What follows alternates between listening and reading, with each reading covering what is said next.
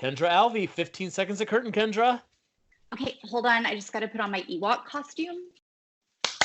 Okay, I'm ready.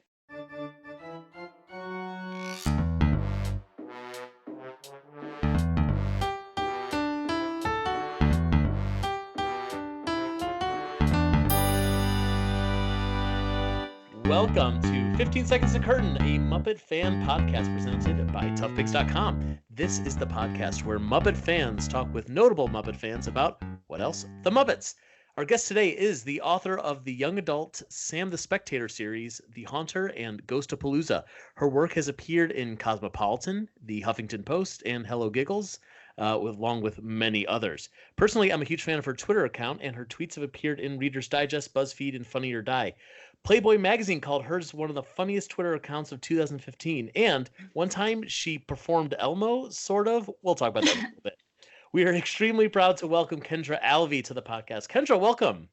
Thank you. Thanks for having me. Of course, of course. So we were just talking offline a little bit about the fact that you're not the biggest Muppet fan, but you are a huge Dark Crystal fan. So Yes. I think we're going to focus a little bit on that. But before we talk totally down with that. Great. Before we talk about Dark Crystal, I do want to ask you, despite the fact that you're not a huge Muppet fan, what is it that you love about the Muppets? I mean, I feel like there's a lot to love about the Muppets. I feel like they're just there for joy. You know what I mean? Mm-hmm. Like, you can be having a terrible day and then you see a tweet from Kermit and he's wearing a leather jacket talking about fashion and it makes you happy, you know? They're just the best in all of this. I don't know. It is kind of nice that they're out there on Twitter actively, saying stuff without having to, I don't know, go through the production value of like making a new TV show or a movie or whatever. They could just type. It's fine. We just assume they're always there. I mean, it's great. Like, it's perfect. All right, so let's talk a little bit about the Dark Crystal. So, as long as I've been following you on Twitter, I feel like you've always had something to add about your fandom of the movie. What is it that you love about Dark Crystal? Oh my goodness. I saw it, my mom says, in the movie theater when I was really little and just fell in love with it. But I don't remember it. Like, I don't remember actually going to the movie theater and seeing it with my mother. I just have to take her word for it. But she, because I loved it in the movie theater, she recorded it on a Betamax. Nice. Because my parents were tech nerds and it was the 80s, and you could record, I think, 3 movies on one Betamax cassette. So they did that with a bunch of different movies. And there was one that my sister and I would watch over and over and over again. And it had that movie, Animal Olympics. Do you remember this movie? It was that name animated. Is familiar.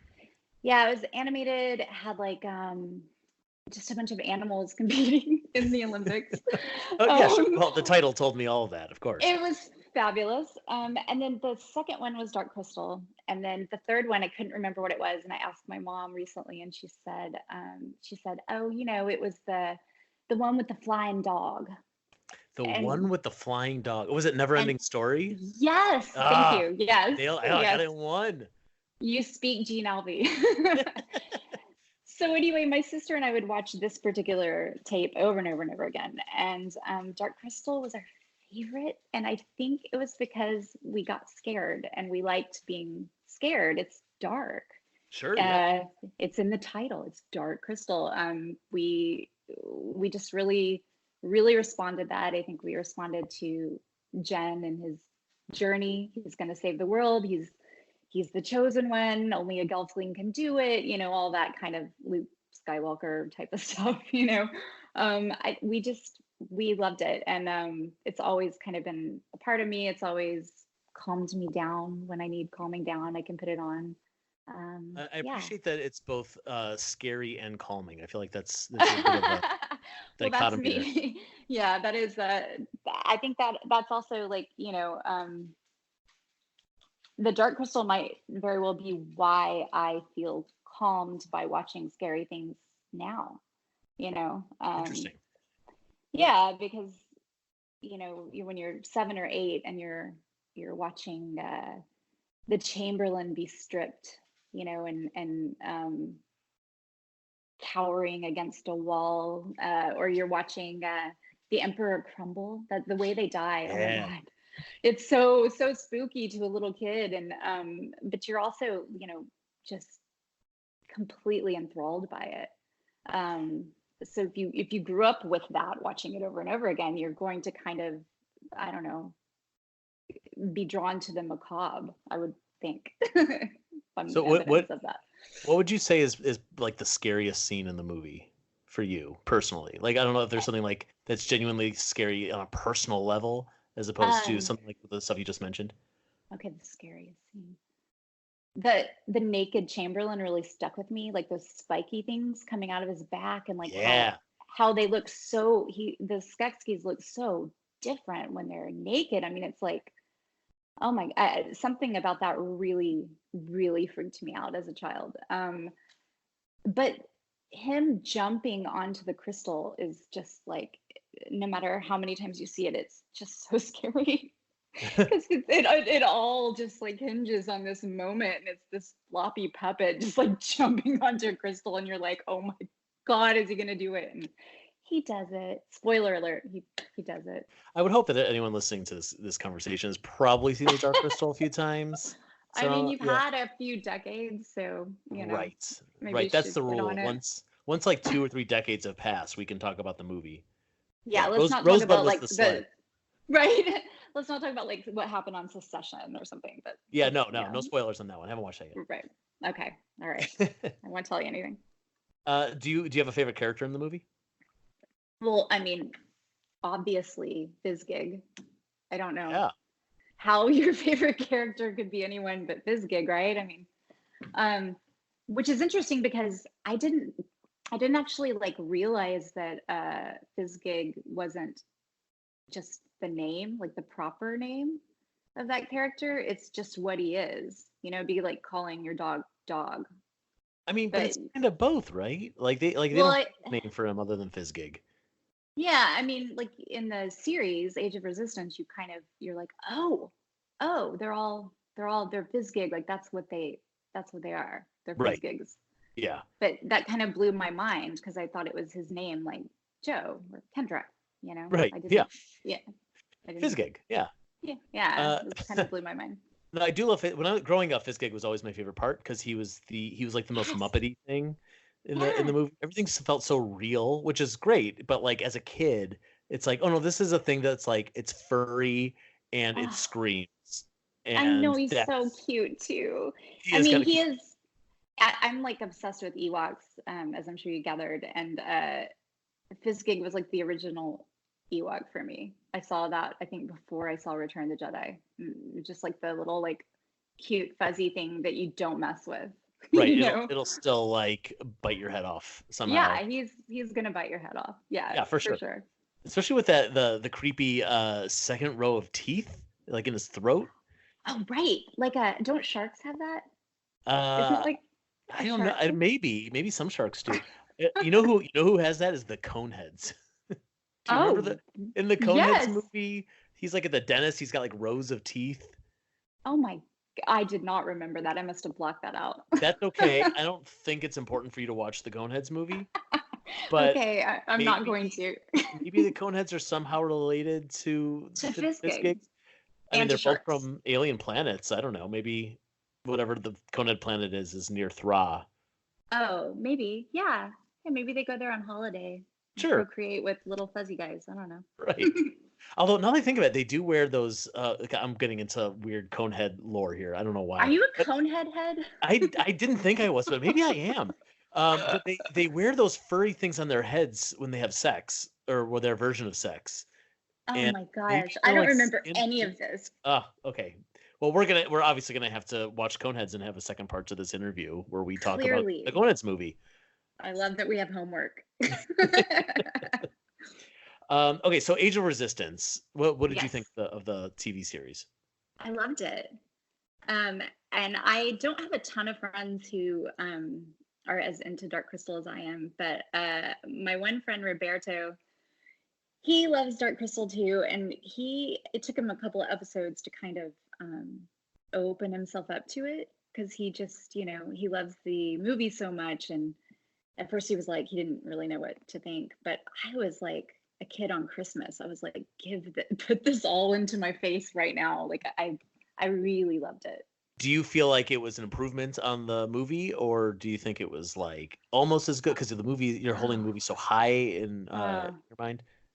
I mean, I wouldn't I wouldn't say improvement, but I feel like they honored the original like vibe of the film, and it took it somewhere. It enhanced the universe. I hadn't read all of the books or anything. I'd only seen the film and then watched the series, so I didn't know any of the history, like with all the different Gelfling clans and all that. And I really liked how they handled all of that.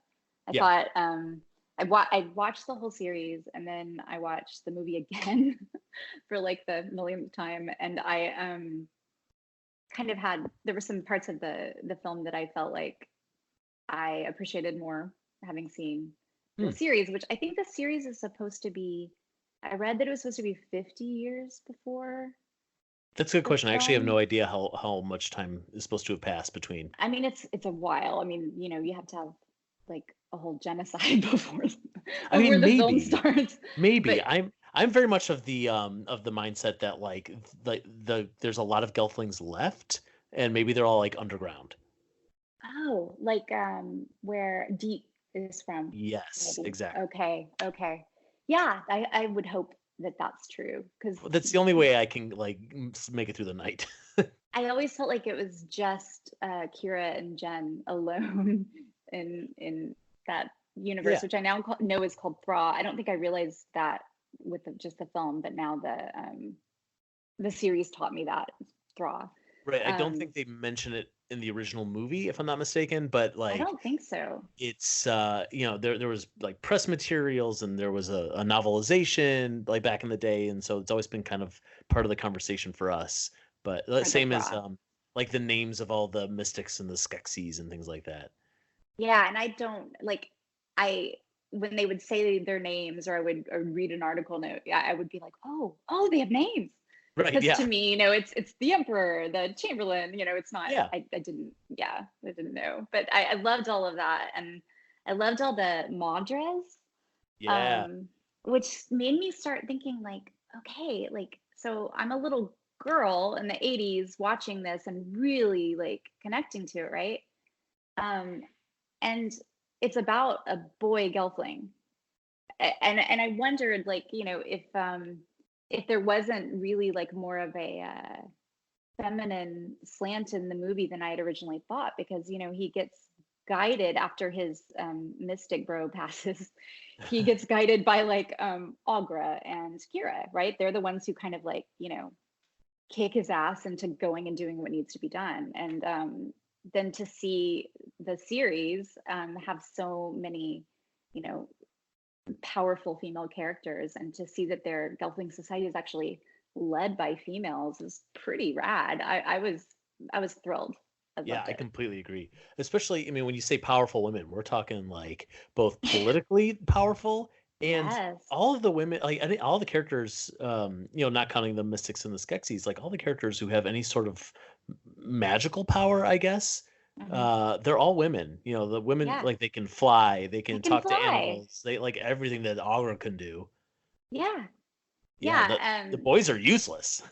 I mean, they're good at jumping through the air and landing on the crystal, True. Yeah, but that's true. Right. That's no, yeah. important. I mean, but Jen is kind of he occurs to me as just like sweet and almost like simple. Like he's like, okay, I'm gonna do what needs to be done, you Hmm. know. Yeah. But I feel like the other characters are there to help him, and they happen to be cool ladies, so I Yeah. like that. Yeah. I really do appreciate that, especially nowadays. My wife often reminds me when we're watching something. She's like, "Count the women, count the men." It's always Yes. like even the ones that we think She sounds are awesome. right down the middle. She is. But like even the stuff that we think is right down the middle. It's like, well, there's three women to every four men. Like it doesn't Oh yeah. quite make it. And Dark Crystal completely throws that rule out the window, which is great. There's full scenes where Yeah. it's only female characters talking to each other. Oh yeah. It's fantastic. And you come out of it. I mean, there are definitely male characters that you like, but Yeah. you ask anyone who watched it and you're like, who do you love? Oh, I love Deet, or what's the princess's name? I love the princess, Yeah. or Oh no. Wait, there's Deet and Rian and Rihanna is the guy, Rian's the the guy. And the oh steel no. Oh Steelwood no, or what's wood. her name? Oh, that's gonna drive me crazy. I'm gonna have to edit our confusion out. Wait, Yeah, I'm because we Googling. we need to sound like we know what we're talking Yeah, for sure. Age about. of Resistance. Brea, Brea. Okay, Brea, yes. that's it. You got there. How could we forget Brea? It's a Brea great is name. awesome.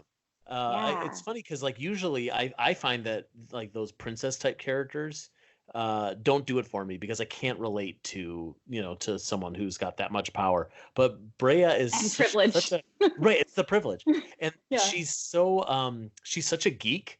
It's like Yes. she's the one who wants to hang out in the library. She's the one who wants to do like the escape room to create the rock monster. Yes, she's a Ravenclaw. She is a Ravenclaw. I mean, And she actually, totally is. speaking of that, so you made it you put out a tweet about a month ago as of this recording where you put the Uh-huh. Gelfling clans into Harry Potter houses, I did. which Yeah. is kind of hysterical. All right, I so mean, it doesn't totally work, but it kind of works. Now I'm wondering if I remember all the clans. well, I'm looking at them. I'm looking at them in front of me, so Okay, good, I can good. tell you. All right, so you said the Vapra are Ravenclaw, which is accurate. That's exactly what you just said. I mean, they have a beautiful library, and they have this Yeah, like really smart princess. Like, so yeah, they're but Ravenclaw. the one character who kind of goes evil for a minute, like that's your Slytherin. I mean, okay, so I'm a Slytherin, so I just want to say that like not everyone who goes evil is a Slytherin, and not every Slytherin is evil. I just got to put Okay, that fair in there. enough. Fair enough. Okay, Okay, so okay, it's not the fact that she goes evil, but it's the all fact right. that She's she's ambitious. she's ambitious Yes. and she's kind of putting the needs of the few over the maybe the wants of the many. Yeah, I Is mean, that she's willing to do whatever it takes to get what she wants, which I think is very Slytherin. But she's also, I guess she's a Ravenclaw who can be a Slytherin when she needs to be, because she comes back around. yes, that's Yeah, true. That is yeah, true. she redeems Okay, herself. so all right, so the Vapor the Ravenclaw, the Groton or Hufflepuff, well, that's obvious. Yes, I mean, yeah, I Um, mean, because they can talk to animals and they seem like hobbits. I mean, honestly, they're having a good time. They probably smoke weed down there. oh, for sure. Yeah. They're definitely in was it Mrs. Sprout's class? Like they're Oh really into yes, herbology. yes. Yes, they love it. They're like Neville Longbottom. They love to Exactly. do that. Yeah. Yeah. And then you said the Stonewood are Gryffindor. Yes, because they're like warriors and they're Yeah, brave and they have cool hair. they have cool hair. That's what makes them Yeah. Gryffindor. If Yes. you got cool hair that looks Yes. good against what a red and gold scarf. Yeah, sure. Yeah, let's go with that. Cool Oh, hair and then you means said Gryffindor. I don't know which is Slytherin, but I'm for sure still a Fizzgig. Always. I'm always Yeah. a Fizzgig. I would be a Fizzgig, but I'm not as good at rolling. Yeah, I love how they made them roll. Like, I Yeah. think we saw a lot more movement from the Fizzgigs in Age of Resistance, and I loved it so much. I would get very excited while watching it. Just, I don't know. And they have tails. Didn't they have? Some of them had tails. I don't know Like, if we ever saw Fizzgig's tail in the movie. I feel like I have we to watch it. didn't. Yeah, really? I have no memory of. I mean, because I'm fairly certain that we did not, or we would both remember it. that's true. I think that they don't show a tail, and so they in this series decided that Fizzgigs needed tails, which I'm on board with. I think that's cute. Maybe in season 2 we'll find out how the Fizzgigs lost their tails. Oh, that's a great idea. It's a little Yeah, sad. It's a sad one can one. hope. I Right. mean, Okay. the Gelflings are like basically gone, and Fizzgigs are just sad because they lost their tails. So actually, I'm going to correct myself because now I'm scrolling through your Twitter right now, and Oh no. there's a very well known animated GIF of Fizzgig screaming and stomping Oh, his feet. And It's for the a best gift. It's the split, best gift. it's the best fizz gif. It's Can the we say best fizz gift. that? Um, Uh, but I'm looking at it, and for a split second, you can see the tail. For like literally, I'm watching it on a loop this very second. There's like just at the very end of this gif, you see the tail kind of float a little bit in the background. you're blowing my mind. See, there's always something new to discover in the Dark Crystal. Ah, yes, yes, that's very cool. Amazing. So, do you have All a right. favorite character from the TV series? Um, Wait, the let's narrow it fizz, down. Well, give me your the fizz favorite. gig. Just okay. Give me your favorite Gelfling. Dee. She's the Deep. cutest. She's got the wings. She talks to animals. She's Yep. awesome. Yep. I agree. Deet is also my number one. Yes. Do you have a favorite Skeksis? Um, I thought that Simon Pegg's voice was really great as the Chamberlain. Totally. And he sounded like the original, which I think was Frank Oz. Am I right? For the Chamberlain? No, the Chamberlain Yeah. was his voice was it was a voice actor whose name, of course, I don't know off the top of my head. Oh, well, Um, Simon Pegg did his Chamberlain really well. yes. I liked that one. I don't know what the name of this Skeksis is, but they're non-binary probably. But it yeah. was wearing earrings and like it was a very fancy Skeksis, and I liked the way that one looked. Yeah. But I mean, the Chamberlain, of course, is your favorite because he's funny I don't know. I think I would have to go Chamberlain. Yeah, no, that's a overall. good choice. By the way, I'm Yeah. looking it up now. So the Chamberlain, in the original film, was hmm the puppetry was by Frank Oz. Okay. That's accurate. The voice was by a man named Barry Dennen, Barry who Dennen. actually just passed away a couple years ago. Oh, Yeah, well, he was wonderful. I mean, who hasn't made that noise? I know. Like Yeah. the Chamberlain's noise is so good. So, yeah. Just moving on, we'll come back around to Dark Crystal in a bit, maybe. But Okay. so you published a story in an anthology book Mhm. called Her Story: What I Learned in My Bathtub, called Yes. Being Elmo. Yes. And I believe it was about you dressing as Elmo for kids' birthday parties. Is that correct? Totally. And I just want to mention that this came out before the film Being Elmo. Um, Oh, because that's I fun. don't want anyone to think that I stole the title from the guy who actually was Elmo. Right. It came out a few years before. But yeah, I was living in LA, trying to make it as an actor, and you have to have your days free Yes. for auditions, and so you have to take all kinds of weird jobs. And one of the ones that my friend Edie and I decided to do was a children's birthday party performer, which sounds fine, right? I mean, I like kids and I like birthdays, Sure. but it was awful. Well, yes. It was like It seriously awful. it does sound like like an actual nightmare. Because It I was an guarantee, actual like that, like nightmare. you come out, and that's when all the parents go, "Thank God I can take a break," and you go, "Oh no, I'm Oh yeah. babysitting 24 kids, and I'm dressed as Elmo." Yeah, and I mean sometimes I would be like Western Barbie or like I don't know. I was Jessie from Toy Story. Right? Yep. Usually I wasn't used to wearing a head. And I don't even think I technically like should have been wearing the head. I think it was made for like a larger person than me. And it was just like, can I say this? It was a show. You're always you're pretty much given these costumes, and then you're given the address. And this was before this is when like I was using a Thomas guide. Like I didn't have an iPhone. Like I couldn't just like plug the address in and then like obey Siri. Like Wait, I what did you had say? A to. Thomas guide? Yeah, Is it's that like a literally GPS? no. What is It's that? like a giant map that comes in like a book form because Los Angeles is so large that like you have to like you would like try to plot out your course to like some place that you'd never even heard of and you didn't even realize was in the Los Angeles area, like Temecula or something, or like Woodland Hills. You're like, where the hell is Woodland Hills? And so Huh. then you're like plotting your course out with this Thomas guide.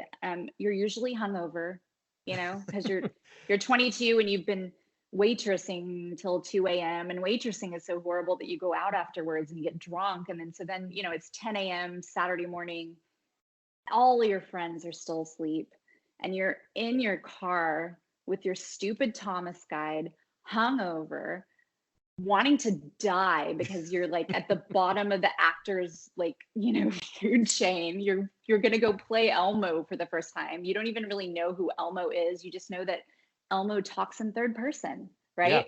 good. So That's important. Yep. you're driving out, and I went, and it was like a party at a Montessori school or something. And I didn't know anything about Montessori schools, but apparently they don't really believe in like discipline. Right. So Yeah. the person just leaves me there with these children, and I've got this head on that I'm having to kind of crunch my head down to my shoulders so I can see out the eyes. And my hands are just like, they don't have, the costume doesn't cover my hands, because we have to have our hands free to make balloon animals, which is Right, of course. I still have, which is crazy. But I have long red fingernails, and this one little child noticed that I had long red fingernails, and he started a chant. He started singing, like, she's not real, Elmo's a boy. She's not real, Elmo's a boy. And all these children started doing this to me. I could barely see. I was hot. I was hungover. I was sad. And I was just being chased around this giant room by these like horrible, mean children who are chanting this like taunting thing at me. And I just, I mean, I just thought, like, this is my life. This is the acting gig that I'm gonna get, like, right now. This is, yeah, this, I was just, it was completely horrible. And I quit not long after that. Quit doing the children's birthday party things. But Probably a I wise wouldn't idea. say Yeah. I wouldn't say that it endeared me to Elmo. I mean, I didn't grow up on Elmo. Elmo was like a later addition, and I still kind of cringe when I hear like somebody doing that voice, or when anyone mentions Elmo. I'm just like, okay. Yeah. Because you got a little PTSD. Yeah. Yeah. Yeah. PESD. Ah. Elmo. Yeah. Yeah. So for that gig, you did like no research. You're just like, I'm gonna do a falsetto. I'm gonna say Elmo instead of me, and I'll do some balloon Literally animals. no research. And also, like, I don't even know how I would have done research. I lived in a house with a bunch of other girls. We didn't have cable. It's not like I could, I don't know. The internet wasn't back then. It was like the late 90s. I don't think Sure. that Yeah. I don't think that I could have found what I needed by Googling. I just asked a couple of people, and they were like, "Oh yeah, he's red, and he's he always says like Elmo loves you." And so I was like, "Okay, I'll do that. Cool." I mean, you know, these jobs didn't pay enough to do a lot of prep for, but I Right. Yeah. probably owed those children a little bit more than I gave them, and I probably deserved being chased around the room, in retrospect. But you know, anyway, it was one of those traumatic like early LA experiences that everyone has, and they're just trying to make money. And yeah, now Well, I I hate think it's Elmo. not even necessarily an LA thing. I mean, just the idea of like, when you're 22, you're out of college, Hmm. and you need to make money, but you have no Yep. experience, but you Nope. do have rent to pay. Like we've all Yes. done. I've done my fair share of costume mascot work as well for the same Seriously? thing. I have, I Ah, have. so you know what I I'm talking about. I do. I do. I always found it was fun when I got to do something where my head was covered, because when you couldn't see my face, it was a lot easier to just like cut loose and do whatever I wanted. Oh, I But had the opposite experience. my stuff wasn't for kids though. My stuff was more like they need someone to like put on this costume and like run through this bar screaming and dancing with people. And I'm like, all right, I can Fun. do that. Oh, see, that sounds fun. It I was liked, fun, yeah, but it was also, you're putting on a mask where you can't see, running into a crowded bar, screaming, hoping that people right. recognize, oh, the giant bird is here, so that they can promote this T-shirt company. Right. And hoping no one trips you or thinks it's funny to like throw beer on you or something. Yep, Yeah. yep. That seems That seems stressful, but I think I would prefer what you did to what I did. And when I did the parties, I always liked just any character that I didn't have to put the head on better, because the head is, it's like a cave of sadness in there. Oh I yeah. mean, it's just you and the stink from the 50 people who wore it before you, Yep. and you're just, I mean, mm-mm. When I see people at amusement parks, like if I go to Disneyland or whatever, and I see someone in a headed costume, I smile at them and I just like try to send them good vibes because I know what they're going through. It's That's nice of you. awful. Hey, yeah. So that was, thank you for taking me through that traumatic reliving of Oh, anytime. Elmo. I'm so glad we could relive it together. Yeah. So I have a theory about the Dark Crystal and Labyrinth, and that theory Ooh. is that a lot of people, most people maybe, love both a lot, but Hmm. everyone not only has a preference for one over the other, but it's Uh-huh. like, oh, I love the one movie, but the other one, it's fine. I could take it or leave it. Like it's really like your opinion's actually kind of low on the Uh-huh. appreciation scale. So do you Uh-huh. feel that way about Labyrinth? Totally. I Yes. knew it. Yes. I mean, I think you're onto something here. And also, like, correct me if I'm wrong, but I feel like most people like Labyrinth better. When I would talk to people, I mean, for years and years and years, I would bring up Dark Crystal, and no one ever, like, they might have known what it was, or they're like, oh, yeah, I think I kind of remember that. Oh, but have you seen Labyrinth? You Yep. know, Yep. my one friend Roberto was the only one who was like, oh yeah, I love Dark Crystal, and we bonded over that. But like everybody else just kind of like just would try to redirect the conversation to Labyrinth, and I'm like, no, that's not what I'm talking about here. I'm Well, talking about I agree. Skeksis. I think there might be more Labyrinth fans over Dark Crystal fans, but Yes, first of all, I would love to do like an actual like scientific research on this because I have no clue. you But should. I've learned that whenever like a big Dark Crystal thing happens, especially Age of Resistance, but even before that, Mhm. like there's new books or merchandise or whatever, um, people go nuts. People go absolutely nuts. And I didn't realize that there were so many Dark Crystal fans out in the world. I think there's a lot of them, and they're much quieter than the Labyrinth fans. Well, and I think we were starved. Like we were starved for it. Like when Age of Resistance came out, I mean, it felt like a present just for me. I was like, oh, really? You didn't have to? Because I mean, I feel like I couldn't even find a Dark Crystal t-shirt for years. Yeah. Finally, I think it was like early, no, like 2005, 2006, somebody got me a Dark Crystal t-shirt, and it just felt like, oh, this thing from my past that like I love but no one else knows about is finally kind of getting the appreciation it deserves. And I know that's not true. Like there's obviously tons of Dark Crystal fans out there, but it felt lonely for a while. And now there's what do you call those cute little dolls? The Funko Pops. Funko Pops. Yes, Yeah. I have a Mhm. I have a Kira with a Fizzgig. I Great. bought a friend an Agra. Like it's so cool that like I've got a Fizzgig pen now, like an enamel pen. Like you can actually buy merch. It's Yeah. not this like underground like secret thing anymore. It's very cool.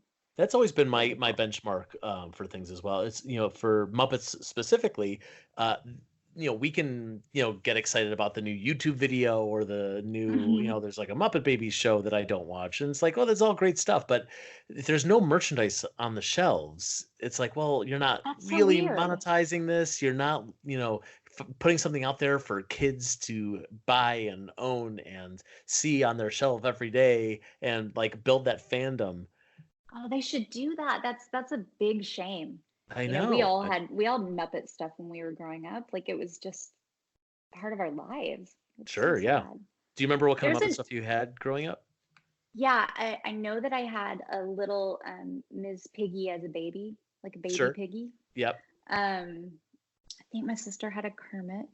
Hmm. I mean, there was a lot of Sesame Street stuff growing up, obviously, because Right, we because when you're that we age, yeah, we grew up that's on the it. We thing. loved it. they were our friends. Like, everybody had like, I think my sister had a Cookie Monster, and I was pretty jealous of it. She's younger, Uh-huh. and so that was considered like, oh, well, we'll get the younger kid the Cookie Monster. But I was like, oh, it's cool. Do you But ever yeah, watch that stuff like Sesame Street or anything like that as an adult?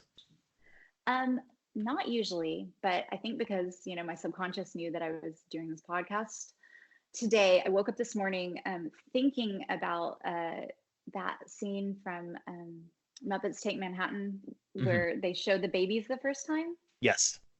And I I saw that movie a lot as a child. We didn't own it, but like I know I saw it a bunch, and I just needed to see it, so I Googled it and I watched it today, and Oh, it great. made me very, very happy. Have you It's ever so seen cute. did you watch the clip from the movie or did you watch the music video?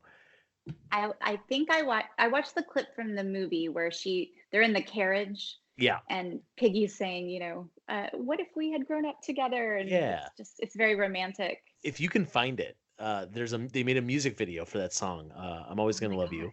And it's so 80s. It's like incredibly 80s, deliciously 80s, Oh, like in that like early MTV era. Like they're definitely trying something that the Muppets have never done cute. before.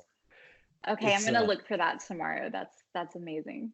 I mean, you get to see like Jim Henson with like slick back hair, with like these I don't know what you call them, like these razor sunglasses, and he's like walking down the street and the pavement is lighting up like in Billie Jean. No. I was Yeah. a big Michael Jackson fan back then, so if I had seen that as a child, I would have loved it. It's Yes. amazing. I don't know where they aired it. I only saw it for the first time as an adult. But yeah, it's pretty dope. Cool. So, tell me a little bit about the Sam the Spectator books that you write. Okay. So I've written two so far. The first one's called The Haunter, and the second one is called Ghostapalooza. They're set in 90s West Texas in a fictional town called Bluebonnet. And Sam is a spectator, which means she sees ghosts. Um, Spectators are out in society. So, there's a bunch of famous spectators in the world, but she is not out because she lives in conservative West Texas, and Sure. the people aren't totally hip to that. And she's goth. I don't know if I mentioned that. She's a goth teen. So she kind of gets in, some pickles and has a bunch of adventures with her friends involving ghosts. It's very fun to write. Oh, that sounds Um, awesome. You were talking earlier about how you like scary things, so is not yeah. surprising that you decided to write about a spectator. No, my sister thinks that Dark Crystal specifically is the reason we're both obsessed with horror and death and ghost and all that stuff. And I think she's probably right. I mean, you know, when I sat down to think about what I wanted to write about, I knew I wanted to set it in West Texas because that's where I'm from. And I knew that it needed to have a supernatural element, and the ghosts seemed kind of natural, just like a comfortable, fun thing to write about. So, yeah. Comfortable, fun ghosts. Yes, they are. Well, and actually, the ghost in my book, most of them, the haunter, there is one scary ghost, but the rest of them are they're kind of the id of who they were in life. So Mm, they're fun, and they're acting on whatever impulse they have, which for a lot of these ghosts in West Texas is getting drunk and partying. great. They're yeah, they're actually they're more delightful than terrifying, I would say.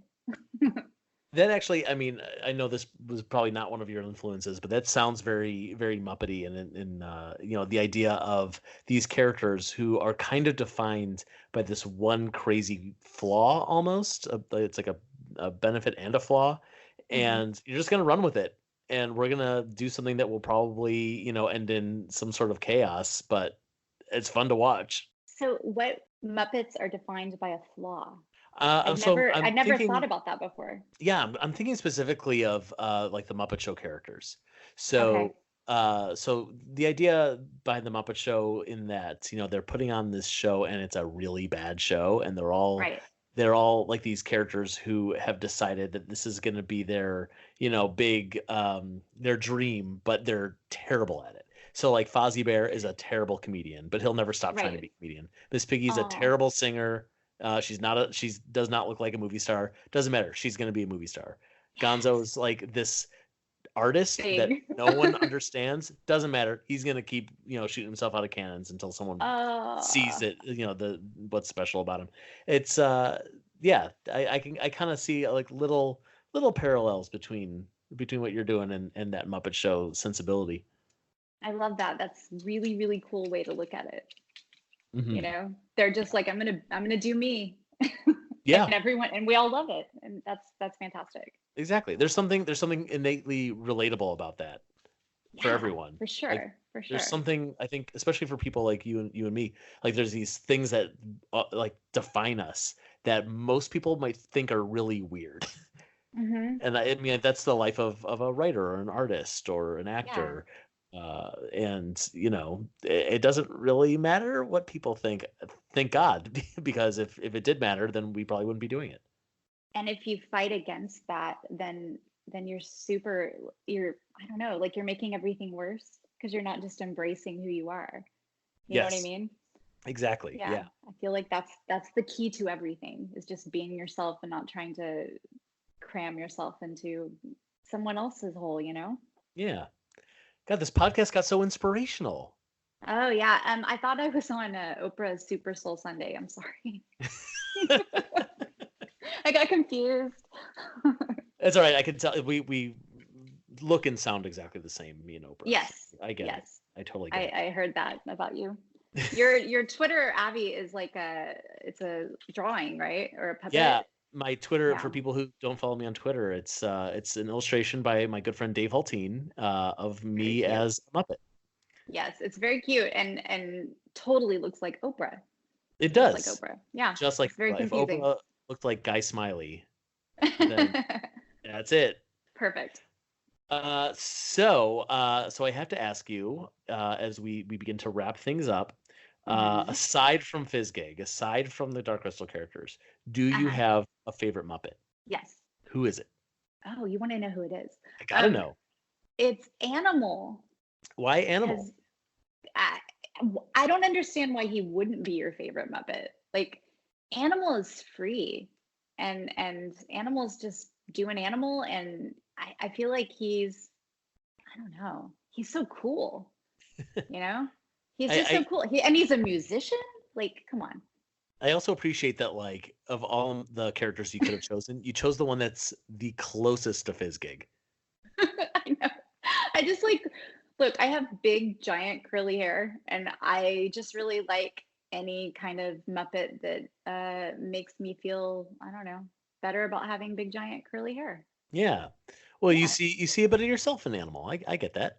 Yes, absolutely. Totally. And you're a drummer, Obviously. Yeah. obviously. I could just tell that about you. I just assumed. Who isn't? Yeah. Well, Kendra, where can people find you on social media? I am Kendra Garden, like kindergarten, but Kendra Garden, on Twitter, on Instagram, and then I'm Kendra Alvey. That's my website, kendraalvey.com, and Kendra Alvey on anywhere like that you buy books.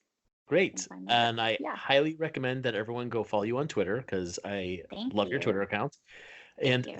thank you so much for being here. This was a really, really fun conversation. Thanks so much for having me. Of course. I hope everyone listening gives us a great review on your favorite podcast website or app. And thank you for listening and for reading toughpigs.com. 15 Seconds to Curtain is hosted and produced by Joe Hennis. Edited by Jared Fairclough. Logo artwork by Dave Hulteen and Jay Fosgate. Trained seals were provided by Mr. Poodlepants. Theme music by Stacy Rosen. A Muppet Fan podcast brought to you by toughpigs.com.